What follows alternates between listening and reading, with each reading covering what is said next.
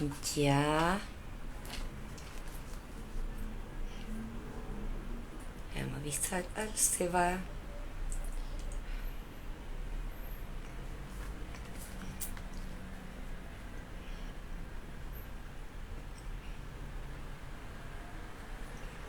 Hola. Hola, hola. Bienvenidos. Estamos esperando al Sebastián. Muchas gracias por estar a esta hora, esta tarde, donde quieran que estén. Hola. ¿Y dónde está? Ahí. Em, Estamos esperando a Sebastián Valenzuela. Tenemos hoy día como tema abuso sexual infantil. ¿En qué estamos hoy? En Chile, ¿cómo vamos? Hola, hola, hola. A ver, ahí está. No, un momento. Vamos a mandarle al Sebastián su invitación una vez más, por si acaso. Con alguien muy querido. Hola, hola a todos, muy querido para nosotros. Cuando digo nosotros, en Derecho al Tiempo. Eh, Le tocó justo acompañar el tramo decisivo de la ley de imprescriptibilidad que se promulgó en julio del 2019. Hace poquito fue otro aniversario. Y es Sebastián Valenzuela, ex subsecretario de Justicia. Momento. Hola Cecilia. Hola Eduardo. Hola Javier. Eh, Alguien me pidió estar en el video, pero no, si tiene que ser solo él, solo Sebastián. Momento. Y bueno, que no es nuevo en el área de la justicia, yo voy a partir presentándolo mientras se conecta. Ahí está, ahí está, ahí está el Sebastián. ¡Tum! Listo. Eh, Sebastián es papá, es abogado, es académico. Partió. Hola, ¿Qué para tal? Espérate. Ahí, lado. Está ¿cómo ahí, está ahí, estás? está ahí al revés. Para el otro. Ahí sí. Ahí sí, ahí sí. Ya. Eh, Estaba partiendo con tu presentación, Seba, diciendo muchas gracias por estar acá. Espérate, que hay que instalar bien el teléfono mejor. Ahí sí, Ya, ahí sí. ¿Qué tal? ahí sí. Eh, Contando que eres papá, que eres abogado, que eres académico. Hola, hola, que llevas muchos, muchos años en esto, aunque te ves súper joven. Eh, bueno, de verdad, que partiste cuando todavía había juzgados de menores. Siempre has estado vinculado de alguna manera u otra a la infancia. Después fuiste defensor público juvenil, después estuviste en el Departamento de Protección y Reinserción, en la jefatura, muchos años, en distintos ciclos de gobierno, y luego subsecretario de Justicia. Y también, con derecho al tiempo, me gustaría contarlo, que estamos colaborando con la Ley de Derecho al Tiempo española, que va avanzando lentito, lentito, pero ojalá ahora septiembre, que se renueva el año allá, haya novedades, informando desde Derecho al Tiempo Chile una serie entregando un montón de información para ayudar a esa ley. Y bueno, y académico en materias tuyas de derecho penal y de políticas públicas de infancia y adolescencia, ahí cambiando ojalá las nuevas generaciones de abogados y de jueces. Creo que me faltaron los puros hobbies nomás, que no encontré. Ahí lo vamos a contar. Sí, qué música te gusta, qué sueles hacer. Y bueno, yo había partido diciendo también que para nosotros, al referirme a nosotros digo derecho al tiempo, eh, una persona muy querida. Ahora te decimos Seba, cuando te conocimos era Sebastián y todo muy circunspecto, partiendo ese proceso, pero de verdad una gratitud enorme por el tipo de acompañamiento, de guía, de defensa, de apropiación también, como si fuera algo tuyo, propio, muy sentido, la defensa de esa ley que siempre quisimos que fuera imprescriptible o imprescriptibilidad, eh, y no un aumento del plazo ni una suspensión como se conversó en algún minuto. Así Bueno, es. eso te iba a preguntar primero, pues cómo fue, cómo recuerda o cómo significa toda esa experiencia de estar en la ley. Hola Paula, Jimé, todavía entrando gente. Oye, bueno, primero que todo, Vinca, muchísimas gracias por este espacio, ¿no? Para mí es más nuevo también, ya Sí. se nota lo viejo y se cae el carnet a uno de no participar tanto en live, así que nuevamente gracias por abrirme los ojos a participar Qué en nuevas bueno. experiencias. Y nada, pues comentar un poco, porque probablemente la gente no lo sabe, que nosotros efectivamente nos conocimos cuando yo estaba en el Ministerio de Justicia y estábamos tramitando esta ley. Y partimos justamente con un punto en contra. Yo al principio tampoco era partidario de la imprescriptibilidad, Sí. porque justamente tenía una formación muy tradicional como abogado de estos principios básicos de la prescripción, de los delitos que tienen que otorgar certeza jurídica. Y me acuerdo, tuvimos una primera llamada, me llamaste por teléfono, planteando este tema. Yo te dije, mira, es complicado, veamos otra alternativa. Eh, por lo tanto, yo soy un convertido en este tema, precisamente porque tenía esta formación bastante más tradicional. Y a medida que fui conociendo más del tema, cuando nos juntamos contigo, con Derecho al Tiempo, viendo lo que se exponía en el Congreso, ahí uno se fue dando cuenta en un proceso bien paulatino de lo formateado que uno está con ciertas convicciones y que no se las cuestiona. Esto de que la prescripción es necesaria porque trae seguridad, trae paz social y trae certeza jurídica. Para muchos otros casos puede ser cierto, pero aquí es totalmente distinto el fenómeno y es bastante insuficiente. Ya lo que teníamos en ese tiempo, Sí. la gente no sé si lo sabrá en detalle, pero el sistema que teníamos antes de entrar a modificar esta ley era, yendo a lo sencillo, las personas hasta los 28 años de edad como máximo Mm, tenían posibilidad de poder plantear a la justicia su condición de víctima. Después de los 28 años se acabó cualquier discusión. Y eso en verdad no tenía nada que ver con temas de certeza jurídica, mm. certeza para quién uno se empieza a preguntar, para un eventual agresor. Eh, y justamente ahí empezamos nosotros mismos dentro del equipo en el ministerio, decir, acá hay algo más que el derecho, no lo está viendo, y se justifica. Y además uno lo pone en perspectiva, hay otros casos dentro del sistema de justicia que pasa esto. Fíjate que en materia medioambiental, por ejemplo, usted me dice Mm. que tiene que ver, la prescripción de los delitos medioambientales no parte cuando se comete un acto que contamina.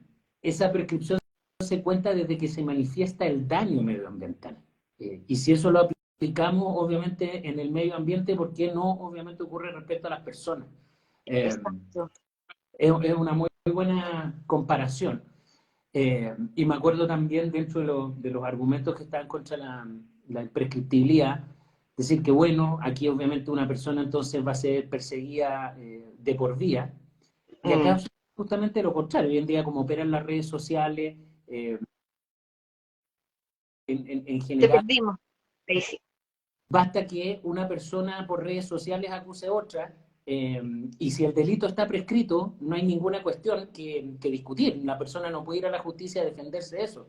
Precisamente el hecho de que hoy en día sean imprescriptibles, esto avala de que entonces las personas, más allá de acusaciones a nivel público, tienen que, dentro de la justicia, canalizar este tipo de situaciones. Así que, para estar en primer lugar sobre este tema, fue un aprendizaje, costó mucho, como tú sabes, Mm. mucha oposición muy dura de muchos sectores, muy malentendidos. Hay abogados que siguen pensando que es por una cuestión simbólica, por la gravedad de los delitos. Y bueno, a mí me toca hacer clase de esto y también los estudiantes se sorprenden cuando digo, esto no tiene que ver con la gravedad. Hay otros delitos igual de graves y esa no es la situación. Es cómo el sistema es capaz de adaptarse a las víctimas y a la condición de víctima Eso. y ser funcionales del sistema, eso, y no que las personas terminen adaptándose a cómo es el sistema. Así que, nada, pues es una experiencia bien enriquecedora porque un cambio de Mm. perspectiva brutal. Qué importante eso que dices, y tú te lo he escuchado otras veces, de que sea la justicia la que se adecue a las necesidades de los seres humanos, de las personas, y no al revés, particularmente cuando son víctimas y más especialmente aún cuando son niños y niñas. yo quiero contar así, chiquitín, eh, que, que Sebastián y el equipo del Ministerio de Justicia, todos se estudiaron la materia, entre comillas, fuera de escuchar los argumentos, los testimonios, etcétera, eh, se, se sumergieron en, eh, no sé, papers, informes que hacíamos de temas de neurociencia, de cómo funcionaba el cerebro de los niños, de los daños que podía haber por el abuso, del tiempo del trauma, ahí está. Sí, Y, y fue muy bonito, muy significativo ver cómo las generaciones más nuevas yo las veía más abiertas, de hecho fueron las que más nos apoyaron desde el comienzo, pero como generaciones previas de personas del mundo del derecho, de abogados, fueron como incorporando estos argumentos de la psicología del trauma, de la medicina, de la propia voz de las víctimas, porque también era como la ciencia informaba, pero también informaban sobrevivientes de esto, y de que en realidad es algo que no expira en la psiquis, ni en la vida, ni en la vivencia, y mientras tanto el tiempo estaba amparando a quienes habían abusado y no a quienes realmente necesitaban más que nadie de ese tiempo. Así es que yo, aprovechando que estás tú y que lo puedes explicar mucho mejor, me gustaría eh, preguntarte en qué consiste la ley, o sea, en el fondo, qué significa esto que sea a partir de 2019 y un poquito acerca de la dificultad para haber encontrado alguna fórmula o haber siquiera abierto el tema de la retroactividad seriamente, más allá de todas las defensas, tocó estar en varias reuniones, incluso también con ese argumento de medioambiental, para tratar de defender el punto de la retroactividad, pero finalmente no se consigue. sí. Bueno, a ver, mira, si uno tuviera que explicar en simple Mm. en qué consiste la ley, parte como desde el punto de vista de, yo diría, del acceso a la justicia. Eh, Habilitar, que es un principio básico además de la sociedad moderna, del Estado de Derecho, garantizar el acceso a la justicia, y en este caso de las víctimas, de víctimas de agresiones sexuales, donde la persona, patúo que lo diga yo delante tuyo, porque esto yo lo he aprendido yo de ti, pero toma mucho tiempo en un proceso personal darse cuenta de su condición de víctima, y por lo tanto es el Estado el que tiene que dar las condiciones para que permita que ese proceso se dé, y cuando ese proceso se da y concluya en un hito, que es que la persona está preparada para poner Mm. este conocimiento de la justicia, el Estado a su vez esté preparado para investigarlo. Si hablamos de que operó la prescripción porque el Estado dice, ¿sabe qué? Es que usted me viene a contar que esto pasó hace 20 años y yo prefiero investigar los delitos de los últimos años solamente. Eso es negar rotundamente el acceso a la justicia. Por lo tanto, surge un primer deber que tiene el Estado de decir, yo recibo una denuncia y tengo que investigarla. Lo primero. No puedo pegarle un portazo a esa persona y Mm. decir, ¿qué fecha me dijo? 2002. No, ¿sabe qué? Pasó. Mm. Pasó la vieja. Brutal, pero eso era. Entonces, lo primero es el Estado tiene un deber de investigar. Eh, que esto es difícil después de 20 años, que hay pocas pruebas, perfecto, efectivamente eso se da, pero eso no se puede anteponer como una traba inicial antes de comenzar una investigación, porque me acuerdo también había algunos que decían, no, pero esto, ¿cómo se va a investigar algo que pasó hace 30 años? Bueno, eso hay que verlo caso a caso, no puede llegar la ley de manera abstracta, general, presumir de que no se puede probar, y para eso son los procesos, pues para eso son los juicios, ahí se verá si hay suficiente prueba o no. Por lo tanto, lo primero es, oiga, el Estado tiene que abrir las puertas, permitir acceso a la justicia y ponerse a investigar. Mm. Estándar, tiene que darse el día de mañana hasta la presunción de inocencia, todo eso no se trastoca, tendrá que haber un debido proceso y en un juicio determinará si hay o no eventual responsabilidad. Segundo, eso mismo tiene que ver con reparación, con la posibilidad de exigir también una indemnización, porque por un lado está todo el tema penal y el castigo a los responsables, pero por otro lado está la reparación directamente a las víctimas, a exigir una indemnización Sabemos que muchas veces esto se da en contextos organizacionales donde las estructuras en general facilitan y permiten Eso. que esto se dé, por lo tanto también hay temas vinculados a exigir responsabilidades incluso más allá de la propia persona. Sin embargo, y tú lo recordabas, uno de los grandes temas que se discutió en la ley era si esto podía operar de manera retroactiva. Es decir, la ley sale el año 2019 y podía declarar desde ya imprescriptible todos los delitos que hubiesen ocurrido en los últimos 20, 30, 40 años. Esto fue casi más debatido y discutido, y lo tuvimos que estudiar mucho, que la imprescriptibilidad en sí. Mm. Y de luego que era bastante más llamativo y atrayente hacerlo retroactivo, que esto pudiese declarar entonces que una persona que sufrió de un abuso en la década del 70 pudiese hoy día interponer una acción penal. De ahí Perdón, que, y más, sí, más aún considerando que te tocó a ti estar en momentos de tantas, muchas reuniones que hubo que ir a presentar en el Congreso, que, que personas hasta de 80, 90 años, a propósito de la discusión que se estaba dando, te contaban que ellos lo habían vivido también. O personal del Congreso que nos decía, mi papá, mi mamá, cuando era chica, cuando era chico, lo vivieron, personas muy, muy mayores. Entonces, claro que uno veía con esperanza la posibilidad de lo retroactivo. Dale nomás. claro, tal cual. No, me acuerdo, hablamos varios casos. A mí, Mm. perdón por saltarme, pero una anécdota personal, me tocó estar en el funeral donde había muerto una persona de bastante edad y la hija habla en el funeral y ahí comenta que había sido víctima de abuso de su papá. Imagínate, o sea, estamos hablando de una persona, tenía 90 años que había fallecido, esta hija ya hablaba, tenía cerca de 70 años y estaba revelando por primera vez lo hecho. En fin, me acuerdo también que vimos la experiencia que ustedes comentaron de Australia en una comisión que se hizo donde el promedio de revelación era cerca de los 50, 52 años. O sea, estaba toda la Exactamente. evidencia para demostrar de que los plazos largos eran absolutamente insuficientes. Pero bueno, volviendo a este tema de la Retroactivo. retroactividad, nosotros lo que veíamos era que ahí sí había un problema ya más bien constitucional a ver, para explicarlo en simple, no sonar tan leguleyo, pero hacer revivir la responsabilidad penal. Había personas que ya pudiese haberse extinguido esa responsabilidad penal, bajo este proyecto se podía volver a surgir, y es una discusión jurídica que se puede dar, pero ¿cuál era nuestro problema? Si nosotros optábamos por declararlo retroactivamente, íbamos a crear una expectativa en las personas de que podían realizar esto y los tribunales tenían buenos argumentos para decir que no lo tenían.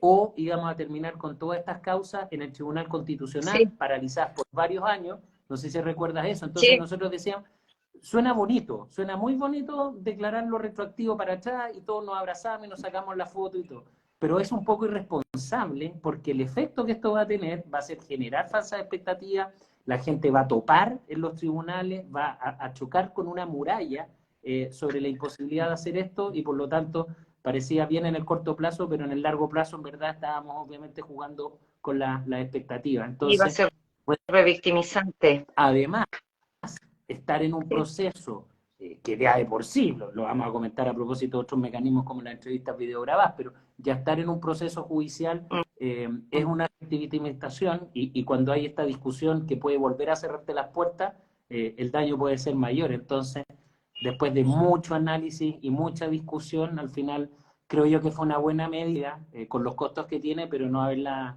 declarado retroactiva.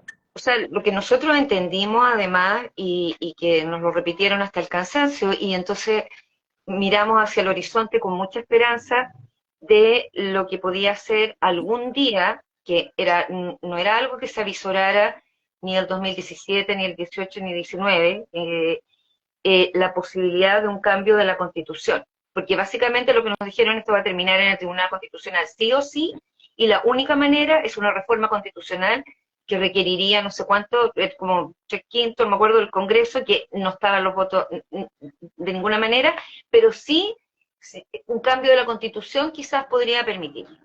Y bueno, hubo un primer proceso constituyente el, que se votó el 4 de septiembre de 2022, donde nunca se discutió esto, por más que se intentó, y agarrándolo desde el tema de reparación que tú señalabas, que sí se discutió durante el trámite de la imprescriptibilidad y la Comisión Australiana hubo como una disposición del gobierno de revisarlo después de la promulgación de la ley y ver una suerte de plan piloto a ver cómo se podía funcionar, junto con reformas en la salud y el plan auge por trastorno de estrés postraumático de abuso sexual infantil. Y, y, y ni aún así fue como posible incorporar la idea. Y luego ahora, en esta actual discusión, se ve todavía mucho más difícil, algo así.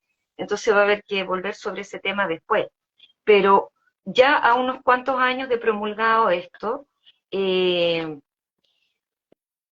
que fue definitivamente un hito histórico, me gustaría también preguntarte qué otras puertas como que abrió, porque hubo otros cambios después en relación al tema de beneficio, en relación al tema de explotación, que creo que es importante compartirlos porque no siempre sabemos. Sí, bueno, yo creo que para ver un poquito más en contexto esto y la ¿Mm? aproximación que ha tenido el Estado a la infancia, eh, uno de los temas que venía antes de la imprescriptibilidad, pero que todavía está en implementación porque es muy difícil, tiene que ver con el sistema de entrevistas videograbadas. Mm. Es una ley que fue publicada el 2018, se venía trabajando hace bastante tiempo, eh, y para que la gente entienda de qué estamos hablando, asociado a esta campaña, no sé si recuerdan, no me pregunten más, esto que las Sí, víctimas en un proceso judicial tenían que dar, yo me acuerdo, los datos que teníamos era el promedio 7 declaraciones una víctima en un proceso, desde que hacía la denuncia hasta que terminaba declarando en un juicio oral. No, no hay que ser experto para, obviamente, tener una terrible. opinión crítica sobre ese funcionamiento. Y eso también era un cambio cultural bien fuerte en el proceso, porque a mí me tocó partir con la tramitación de esa ley por ahí por el 2013 o inicios del 2014. Eh, Muy tímidamente, finalmente, como terminó, hubo mucha gente que trabajó en esto, ¿no? Yo, por Mm. coincidencia, me tocó estar en la presentación inicial. ¿Y sabes cuál era el primer problema y cambio cultural? Que muchas veces el sistema de justicia tiene una visión instrumental de la víctima. A mí me interesa la víctima porque me interesa su testimonio, porque con su testimonio logro condenar.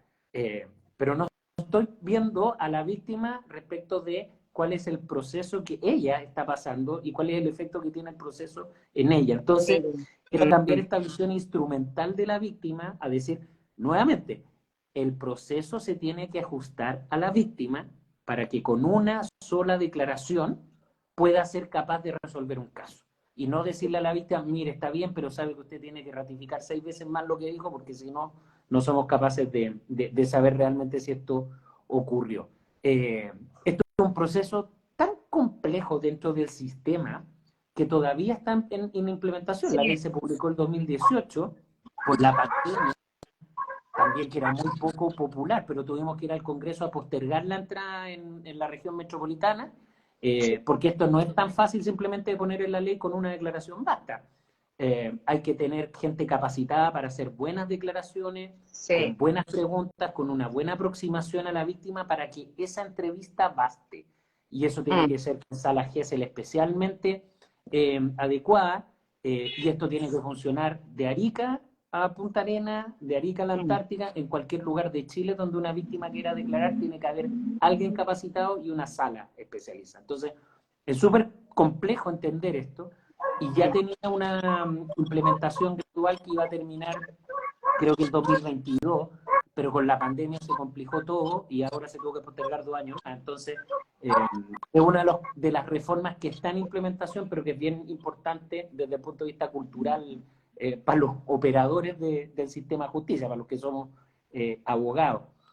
El otro tema que yo también destacaría tiene que ver con lo que fue en su minuto el registro de ofensores sexuales, que Mm. es lo mismo, que mucha oposición al inicio, que esto es cargar con penas permanentemente y a perpetuidad para las personas, y la verdad que esto no es una pena. El hecho que una persona que ha sido condenada ingresa al registro de ofensores sexuales, no es una pena, no es un castigo para el ofensor, No, es una medida de seguridad para el resto de la es- ciudadanía. gracias. Y por lo tanto, tú tienes que consultar ese registro para evitar que personas, obviamente, bajo este perfil terminen, obviamente, trabajando con niños, niñas y adolescentes. Así que ese también ha sido un cambio bien, Y bien aún importante. así, y aún así ¿Sí? no se consulta tanto. Yo creo que es súper importante aprovechar esta instancia para que quienes son papás, mamás, o no lo son también, porque yo creo que toda la insistencia ayuda, preguntemos en distintos lugares donde se trabaja con niños,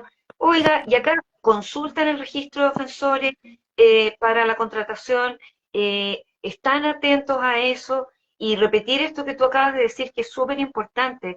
No es una casa de brujas, ni venganza, ni un castigo, o sí como una pena en sí, es también hacerse adulto y ser responsable por las cosas que ha hecho. Y en este caso, ese tipo de actos implica que estés en un registro donde no puedes trabajar con niños. Fin. Es más, en Estados Unidos, yo vivo perdida en una montaña así, ni te digo. Yo si hay una aplicación en la que yo hago así, tin, tin, tin, y Sí. me muestra dónde están incluso viviendo personas del registro de ofensores. Y uno pensaría que perdido así en montaña no hay nadie, no, sí hay, igual. Es importante saberlo. Y nadie se ofende en un colegio, en una escuela pública, la de la esquina, así cuando uno dice, y está todo acorde al registro de ofensores, sí, por supuesto, y pobre que te pillen que no lo consultaste. Eso nos falta más acá. Bueno, dale con lo del registro de ofensores y los beneficios también. Oye, pero no, pero espera, es súper importante eso, Vinca, lo que señalas como parte de educación cultural, de que tenemos una herramienta potente, que es la consulta. No todos lo hacen, y esto lo tienen que hacer personas, instituciones, ni que decir obviamente los colegios, el tema del transporte escolar, y tal como tú dices, uno, acá no se trata de sembrar el pánico, ni que estamos rodeados de gente que nos va a atacar y agredir. Pero eso es parte de la sociedad, pues hay personas obviamente que tienen obviamente actitudes más peligrosas que otras, y las personas que están incorporadas en el registro son personas que han sido condenadas por esto. El Exacto. requisito básico es que hay una condesciente, que obviamente recurramos a esto, así que bien, bien con esa recomendación y salvedad. Lo otro era, bueno, el tema de los beneficios intrapenitenciarios, pues esto que siempre causa escozor. Sí. Vemos todos los años, a propósito de las libertades condicionales, cómo se obtiene beneficio por parte de personas condenadas por delitos graves. Hemos visto casos mediáticos, se acordarán del lamentable caso de Ámbar en su minuto, con una libertad condicional mal otorgada el 2016. Y ahí obviamente ahí se ha ido mejorando respecto a restringir esto, pero principalmente respecto a la consideración de la víctima. Yo me acuerdo en clases haber escuchado en su minuto, cuando yo estudiaba Derecho, que la ejecución penal es un tema exclusivamente del Estado, no es un tema de la víctima. Eh, de ahí se habla de la expropiación del conflicto penal, o sea, cuando hay un conflicto entre un agresor y una víctima, esto es tan importante que le interesa al Estado, eso está bien, y por algo el Estado asume la investigación para que no haya autotutela. Eh, pero me acuerdo, a mí me decían, profesores, esto es un conflicto entre el Estado y el infractor, nadie más. Eh, Teniendo una invisibilidad completa respecto a la víctima. Sí. Hoy se ha avanzado en esto, partió el tema de lesa humanidad, cuando se decía, mire, no puede ser que el Estado resuelva por sí y ante sí, con una venda en los ojos, sin mirar cuál es el efecto que causa en la víctima, el otorgamiento de beneficios intrapenitenciarios o de libertades condicionales. Entonces, ahí hay un tema que es clave, la consideración que va a tener en la víctima, el impacto que va a tener en ella una decisión de esta naturaleza. Eso, insisto, partió en materia de lesa humanidad, está en el Estatuto de Roma, incluso Ujú. para casos de lesa humanidad, el efecto que va a tener en el resto. Y lo otro tiene que ser, desde luego, y también lo hemos conversado antes, Vinca, el hecho de las evaluaciones, de los informes que se hagan de las personas, para que quienes tengan que tomar la decisión cuenten con todos los antecedentes, no hay suficiente formación tampoco, ni siquiera los tomadores de decisión. Yo ya he Pero comentado cambió, dos veces pero ha con cambiado. esto termino parte de la palabra, pero como nosotros que estudiamos derecho y somos jueces, somos fiscales, somos defensores, la falta de perspectiva de esta mirada, después en el camino nos vamos dando cuenta que nos quedamos muy cortos como nos enseñaron, entonces ahí se nos abre un mundo de parte de otras ciencias y otras disciplinas. Y fuera de este como suerte de mantra, eh, que se puede tomar con mayor o menor compromiso, del enfoque multidisciplinario, etcétera, ¿cómo es tu evaluación del pregrado, del posgrado y de la formación de los jueces? Porque en realidad uno ve que muchos abogados, después de que se titulan, tienen que, por sí mismos, como pasa también con muchos psicólogos y trabajadores sociales, etcétera, eh, formarse, ir a diplomados, ir a magísteres, etcétera, porque hay una formación que les falta. Y tú señalabas, o sea, ir como tomando en el camino la mirada de la víctima justamente porque no hubo quizá, yo no sé cómo lo evalúas tú en la academia, eh, la inducción a esa mirada mucho más tempranamente. Sí, bueno, a ver, yo creo que algo hemos aprendido, pero nos queda mucho todavía. Primero, si nos vamos al pregrado, y no voy a la tía, porque aquí ya nos ponemos a hablar de temas de abogados que siempre son los más fomes, pero una visión muy netamente jurídica sin el complemento de las otras disciplinas y sin las otras miradas.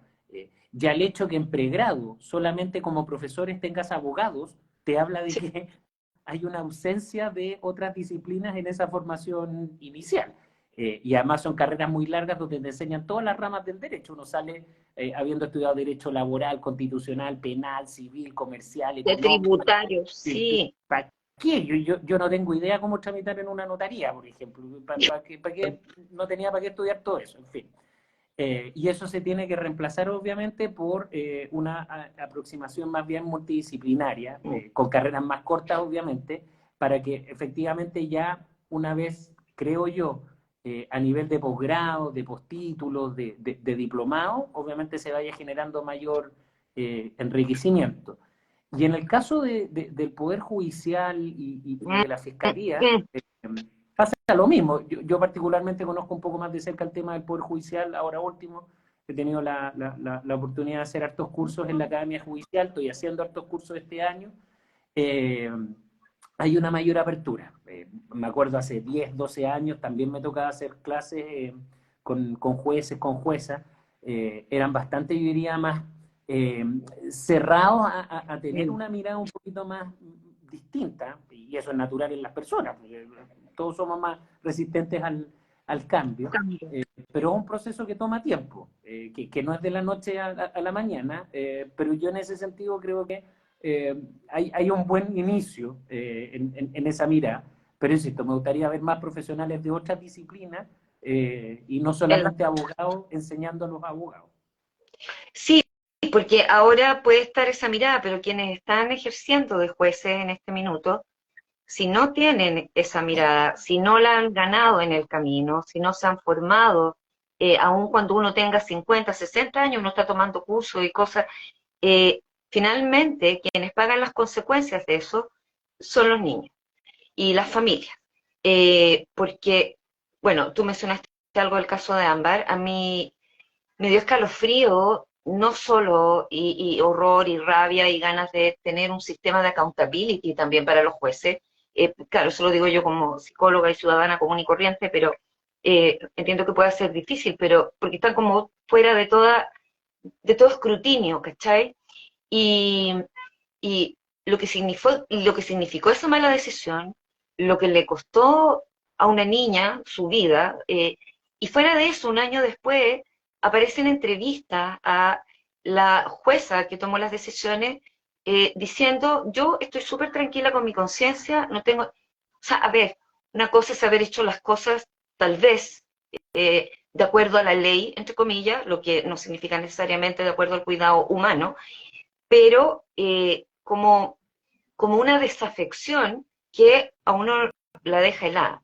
Y cuando ves decisiones como revinculaciones también forzadas de niños con sus agresores, ya, o sea, también pasa lo mismo, uno dice, ¿dónde está esta mirada eh, de la víctima, de la humanidad? Porque no solo la víctima, es también quienes están con ese niño, quienes están con esa niña, y alguien hizo una pregunta acá que a lo mejor también puede tener que ver con esto mismo, por si lo quieres tomar, dice, Liz, ¿se está evaluando optimizar en Chile las intervenciones hacia las víctimas en un proceso familiar y penal?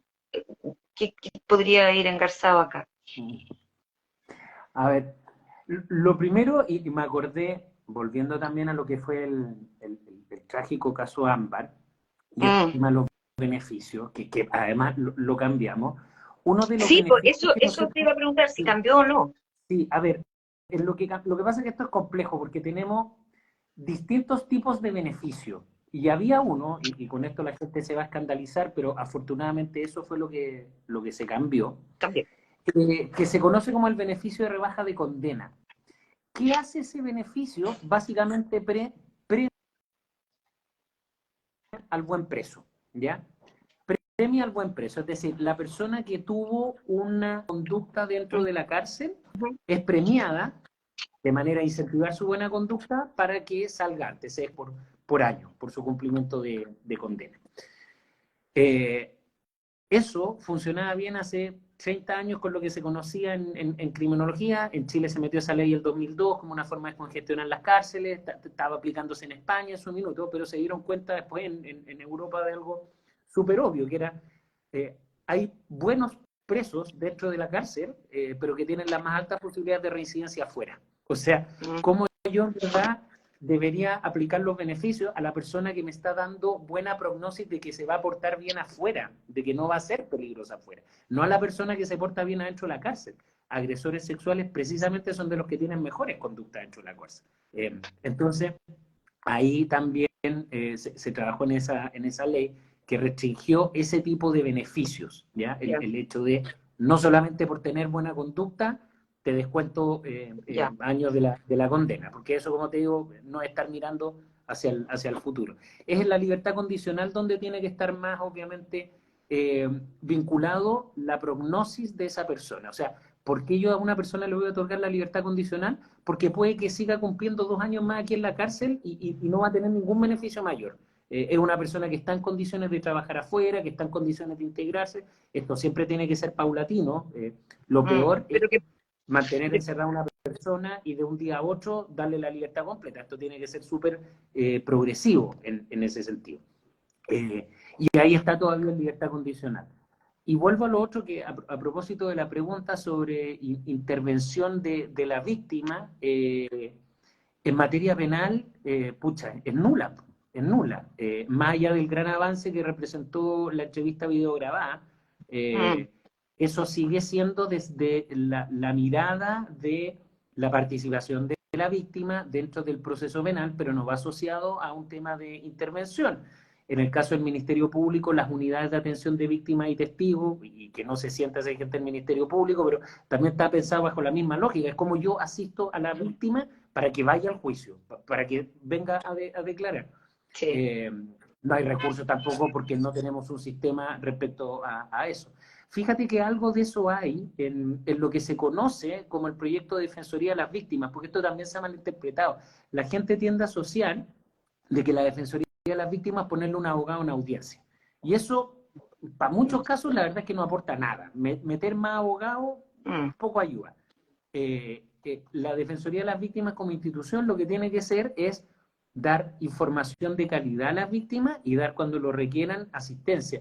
Hay varios estudios en Chile que nos dicen que uno de los mayores déficits es la falta de información. Si la víctima lo primero que necesita es estar bien informada, que alguien se tome el tiempo y le explique las mm, lógicas del proceso. sí, Y muchas veces que se le consulte precisamente para que el curso de ese proceso vaya con la consideración de la víctima, pero muchas veces ni se le pregunta. Yo me acuerdo, a propósito de un caso de mediación, la mm, mediación es cuando directamente, esto no ocurre en agresiones no, sexuales desde luego, estoy pensando en delitos de menor gravedad.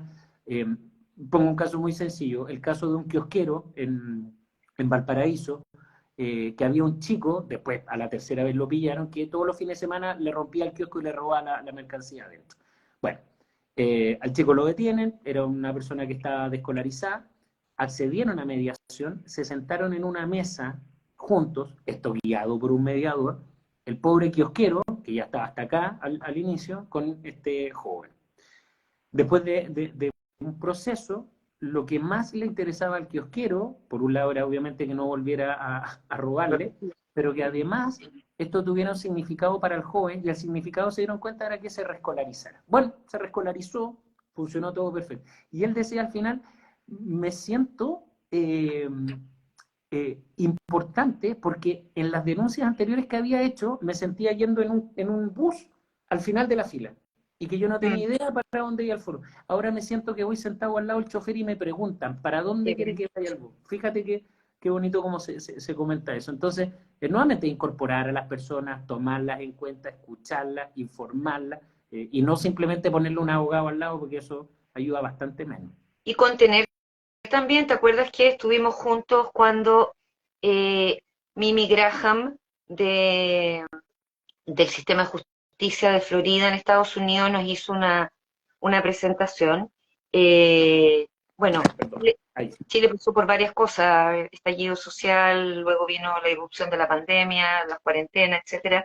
Entonces muchas cosas que quedaron como, que estaban Todo como proyectos, suspendido. no llegaron a concretarse, pero como nos contaba que además del tema de la víctima, estaba como parte del sistema de justicia el apoyo a la familia cuando las víctimas eran niños y niñas. Y todo esto que tú decías de la entrega de información, pero además de una suerte de apoyo terapéutico y de contención, no solo para que declararan, sino para que pudieran acompañar a la víctima, no solamente tampoco en el proceso de justicia, sino que en todo lo que significa la reparación. Y es algo que va a ser cada vez más necesario cuando tú miras que estamos con un aumento de 42% en la denuncia de abuso sexual infantil, eh, con un aumento por primera vez súper significativo de los perpetradores adolescentes, que no son solo adultos los que están cometiendo estos delitos, y por otra parte un aumento en los delitos de explotación sexual comercial infantil.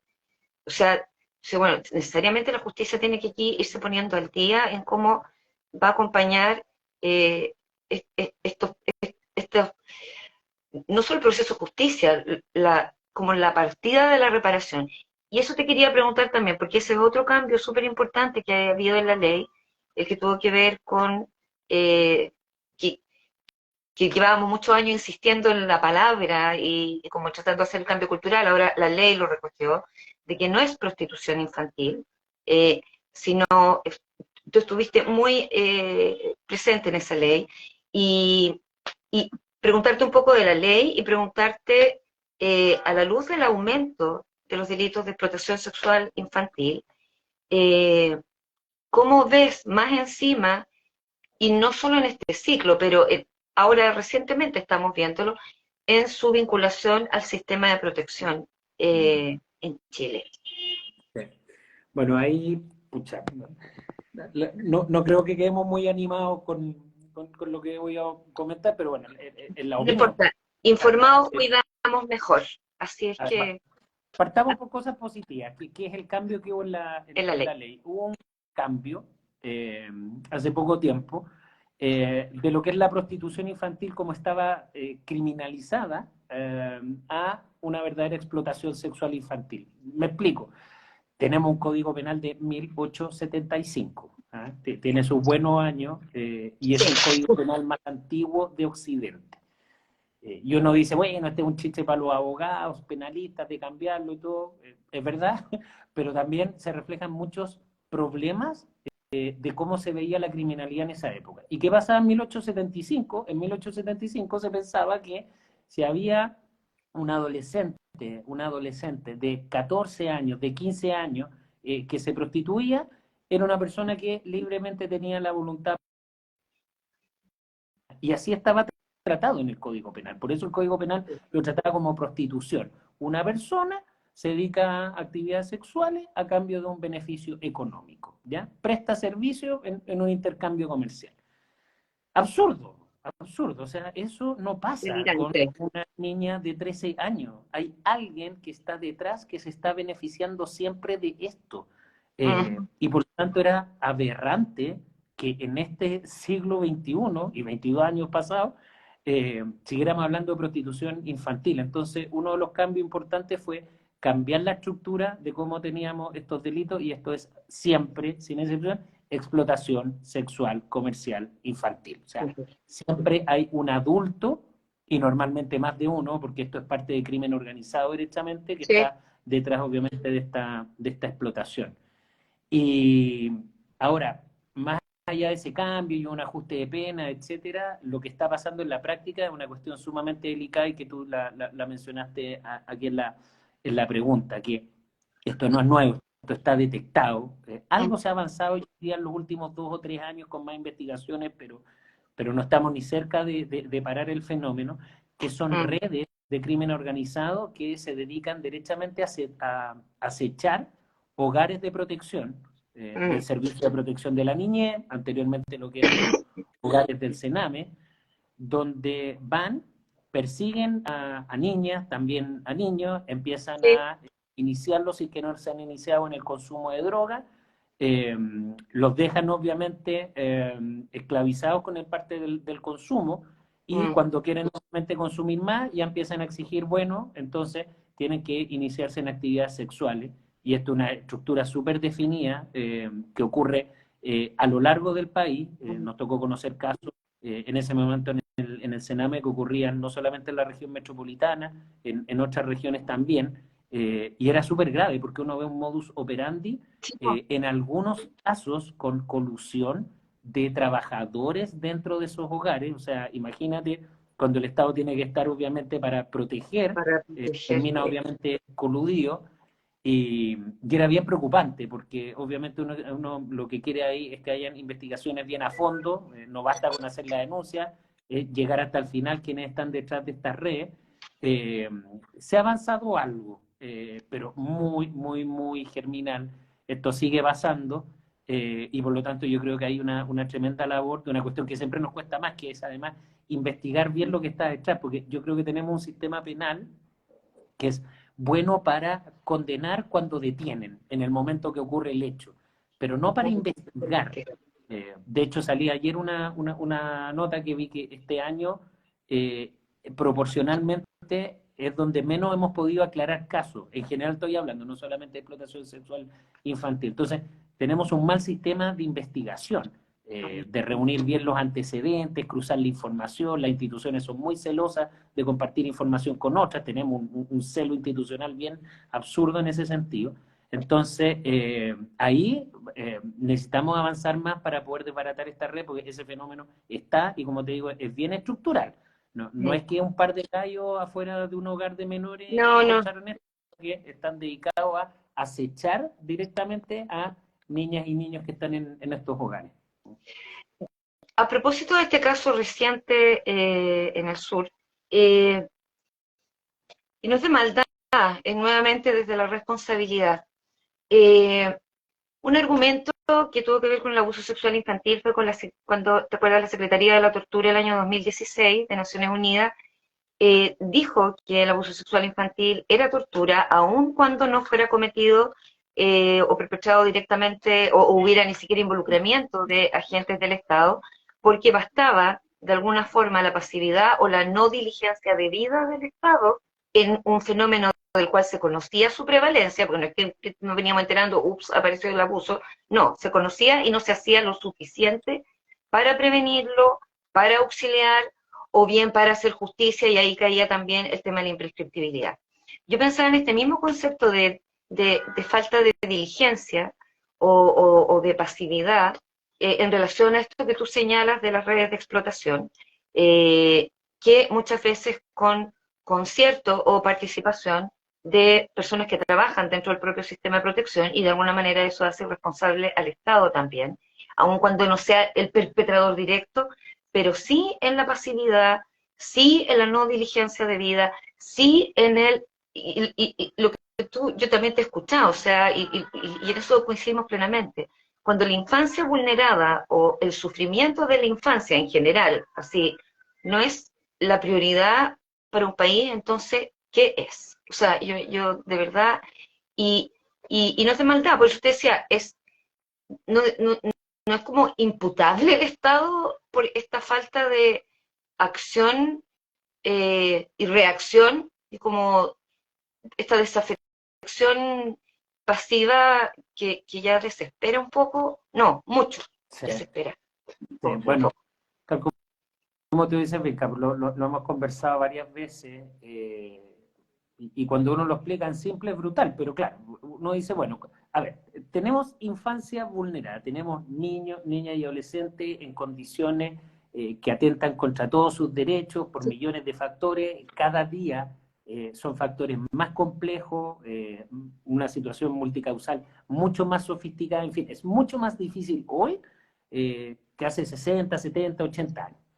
Exacto. ¿Qué es lo que hacemos como Estado? Decimos, y para que la gente entienda bien el sistema, tenemos, ayer era el Sename, hoy día es el Servicio de Protección de la Niñez, pero tenemos el Estado que dice, mire, yo voy a hacer lo siguiente, yo voy a tener un sistema judicial que va a conocer de estos casos y va a decretar medidas de protección que van a ser intervenciones, terapia, y a medida que se vayan agravando los casos, incluso voy a llegar a Mm, internaciones, que son obviamente lo que se conocía antes como hogares, hoy día se conoce como residencia, sí, se ha conocido como CREAT, los COTSERECO, en fin, pero el Estado pone, incluso para esos casos más graves, directa o indirectamente, infraestructura. ¿Y qué es lo que hace el Estado? Dice, mire, yo voy a subvencionar para que participen privados de buena voluntad, corporaciones, fundaciones, y yo les voy a dar una subvención. Será un 50%, será un 80%, las metodologías son varias. Pero el Estado entonces lo que dice es que yo voy a ayudar, pero para que claro, terceros de buena voluntad ándale. ejecuten esto, que es protección de infancia vulnerable. Entonces esto es muy Mm, loco, porque uno dice, oye, mm, el Estado no puede esperar que vengan terceros de buena voluntad a hacernos un favor. Y esto exacto. además genera un efecto perverso, porque muchas veces me tocó directamente, fiscalizamos, por ejemplo, alguna fundación muy precaria, con la mejor de las voluntades, pero pucha, lo hacía pésimo, hay que decir. Mm, Entonces uno decía, oiga, esto está mal, ¿sabe qué? Vamos a tener que terminar el convenio. Y me decía, oiga, pues si esto lo estoy haciendo de buena voluntad, sí, sí, sé que lo hace de buena voluntad, pero estamos hablando de niños. Entonces es sí, una cuestión súper loca, donde el Estado va como a pedir favores para afuera, y el que lo está sí, haciendo se siente que está haciendo un favor. Estamos hablando de niños. Entonces, ahí tenemos un problema estructural que pese a la reforma más bien institucional del cambio del Sename, está bien, tiene varios beneficios, pero es absolutamente insuficiente en esta materia porque seguimos bajo esa lógica en que el Estado aporta un poco para que venga un tercero de buena voluntad y ayude en esto. sí. Bueno, varios cambios de paradigma que realizar y que yo habría esperado que ya eh, estuvieran como más encaminados en el ciclo actual en que estamos, más aún, o sea, ha habido en los dos últimos gobiernos una promesa o un compromiso por la niñez, pero en el actual gobierno hubo un programa de gobierno construido básicamente en torno a nociones del cuidado y de los niños como prioritarios, con una figura presidencial cercana como nunca hemos visto en democracia, en realidad, en su empatía o su tipo de relación o vinculación con la niñez. Entonces, era lógico que uno se hiciera más expectativa de lo que se podía ir cumpliendo y vamos hacia finalizar el segundo año y vemos estas situaciones que son donde no vemos, a mí me cuesta hasta pronunciar mejor niñez. Yo te agradezco que tú digas el sistema de protección de la niñez porque ese nombre, y llevamos 2 años en este nuevo ciclo y como que todavía no logramos ver aquello prometido, ni siquiera así como en pequeños brotecitos. Eh, Entre medio de que estábamos conversando, surgen otras preguntas que tienen que ver, que no sé si para este caso o lo podemos ver en otro día, pero dice, ¿por qué tanta demora en las fechas para las entrevistas videograbadas? Es algo que yo había escuchado antes también, porque claro, es lógico pensar que el relato, en toda esa espera, se repliegue, se olviden cosas, la situación del niño o la niña cambien y mientras más tiempo pasa, más afecta la posibilidad de su entrega del testimonio. ¿Tiene que ver eso con lo que tú decías de los problemas de implementación todavía? Oye, sí, es súper buena la pregunta, porque cualquiera se preguntaría, bueno, ¿por qué tanto? Pero Mm. me tocó también, una vez estando ahí trabajando en el ministerio y coordinando con varias instituciones, eh, pero claro, para que se pueda entender bien, yo diría que tiene dos grandes temas que hacen que esto se demora mucho para asegurar que esté listo. Uno, las personas capacitadas y acreditadas como entrevistadores. Insisto, yo no soy experto en esto, lo he ido aprendiendo en el Yo tampoco. sistema. Eh, y además hay que tener, me imagino, no sé qué es para hacer toda esta entrevista, obviamente, por los relatos, imaginémonos, obviamente, lo Sí. crudo que son, pero se requiere mucha capacidad, conocimiento y habilidad para poder dirigir esta entrevista, ¿ya? Entonces, eso requiere formar personas y formar personas que tienen que estar disponibles en todo Chile, Mm. porque, insisto, esto, el Estado tiene que ser capaz que una persona en Putre y otra persona en Porvenir van a hacer una denuncia, y para que la gente también entienda, tiene que pasar muy poco tiempo para que el funcionario policial, por ejemplo, la comisaría le dice, momentito, no hable más, yo no estoy capacitado para esto, vamos a Exacto. llamar al entrevistador especial para asegurarnos que, si no es hoy día, en muy pocos días se pueda realizar la entrevista, porque la víctima quiere, obviamente, prestar declaración. Mm. Entonces, lo primero es, ¿cómo aseguramos que tenemos todo Chile esto implementado para que no nos Te perdí. falten estas personas? Segundo, para poder realizar esa entrevista, tiene que ser en un lugar especialmente habilitado que se llama Sí. salas GESEL. Tienen unas características técnicas constructivas, tiene que estar sentada mirando hacia la puerta, porque si no se genera un entorno de encierro. Solamente por poner un ejemplo, tiene Sí. estándares constructivos, etcétera, para que se pueda dar de buena manera esa declaración eh, y permitir ser grabada, en fin. Nuevamente, eso tiene que estar disponible en todas partes, porque en Chile somos buenos para sacar las leyes y después no somos buenos para que se ejecuten bien, porque la ley, Mm. el papel lo aguanta todo, pero tenemos que Sí, es asegurar que si verdad. lo decimos en la ley, eso va a pasar. Y claro, mucho más fácil, insisto, aprobarlo, sacarnos la foto y perfecto, pero en la práctica no nos pasa, estamos llenos de malas experiencias.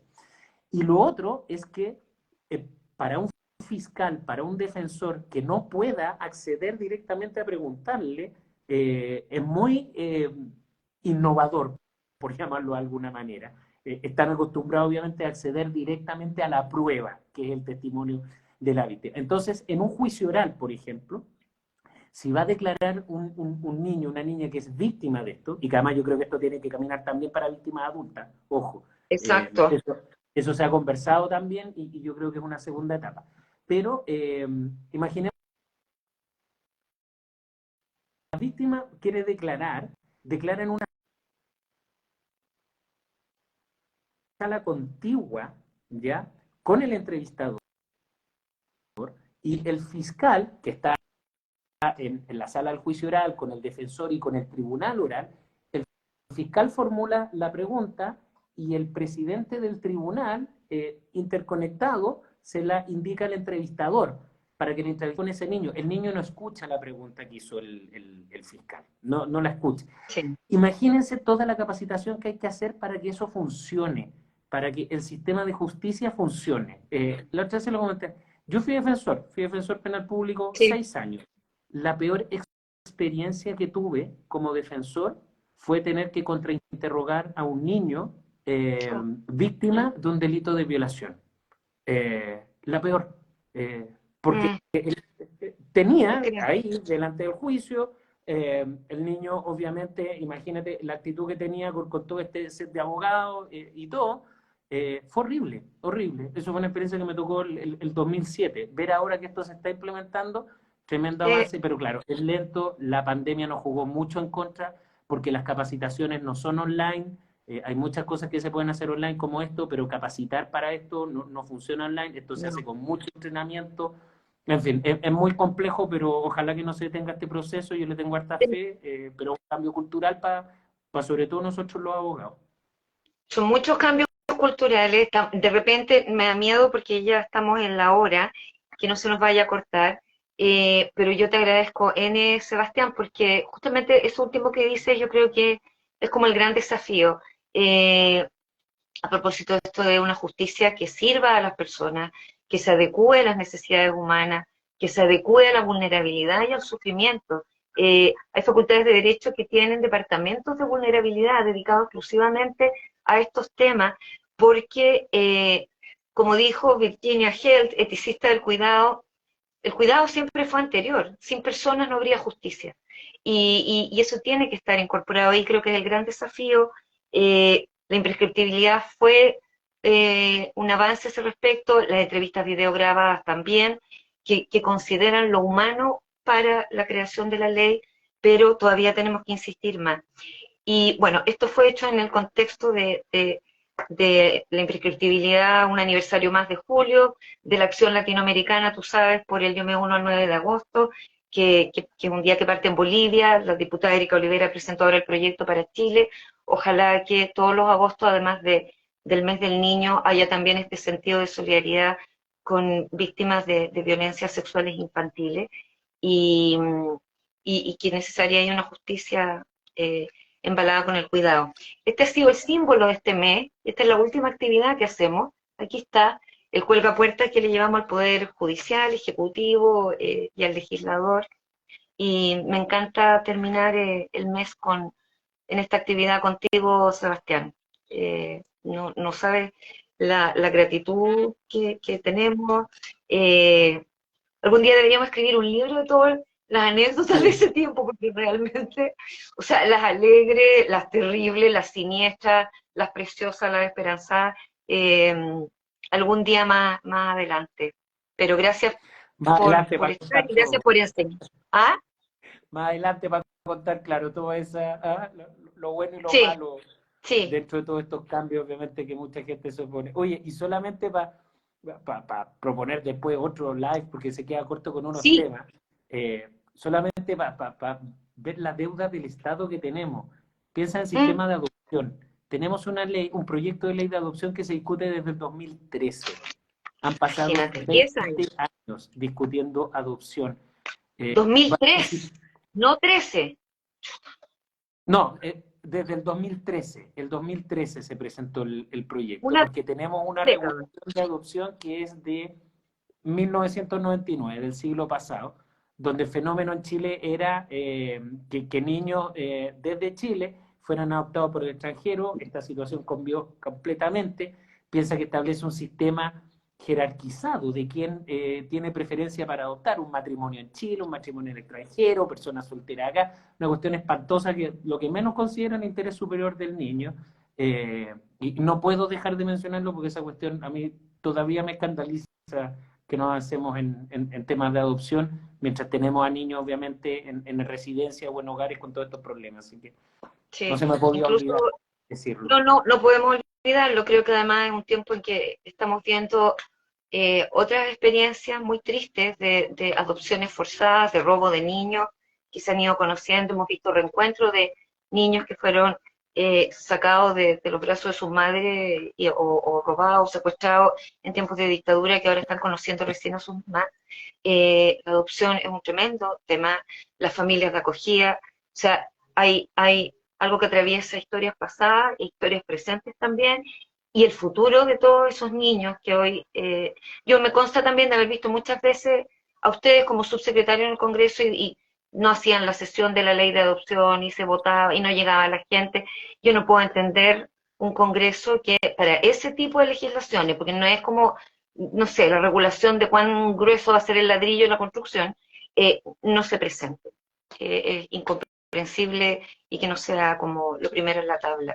Y a eso depende de nosotros también, de estar cateteando. De verdad que la opinión pública algo de presión puede hacer, entonces no hay que bajar la guardia. Pero te vamos a cobrar la palabra porque yo creo que de adopción tenemos que hablar también. Así es que lo voy a dejar aquí apuntado y un millón de gracias. Y a todos los que nos acompañaron, y esto va a quedar grabado. Generalmente ahí es donde mucha más gente también lo puede ver, así que mil gracias a cada uno y a ti, Seba. Ya, gracias Porque a ti, Vinca, de verdad, gracias. Y nada, pues gracias también por todo el aprendizaje, obviamente, en todo este tiempo. Así que nada, pues esperamos nos hacer vemos otro, pronto. otro día conversando. Ya. Ahora que ya sabe, porque hoy día pasaste primero. Primera vez que estoy Ya, en Instagram. aunque no lo crean, sí, no, gran experiencia. Así que ahora hacemos un segundo. Un abrazote grande a Ya, todos, que tengan una linda noche. Nos vemos. ya, que Chao. estés bien. Tú puedes Chao. cortar, Seba, yo voy a grabar ahora. Ya, Ya. listo, chao. Mm.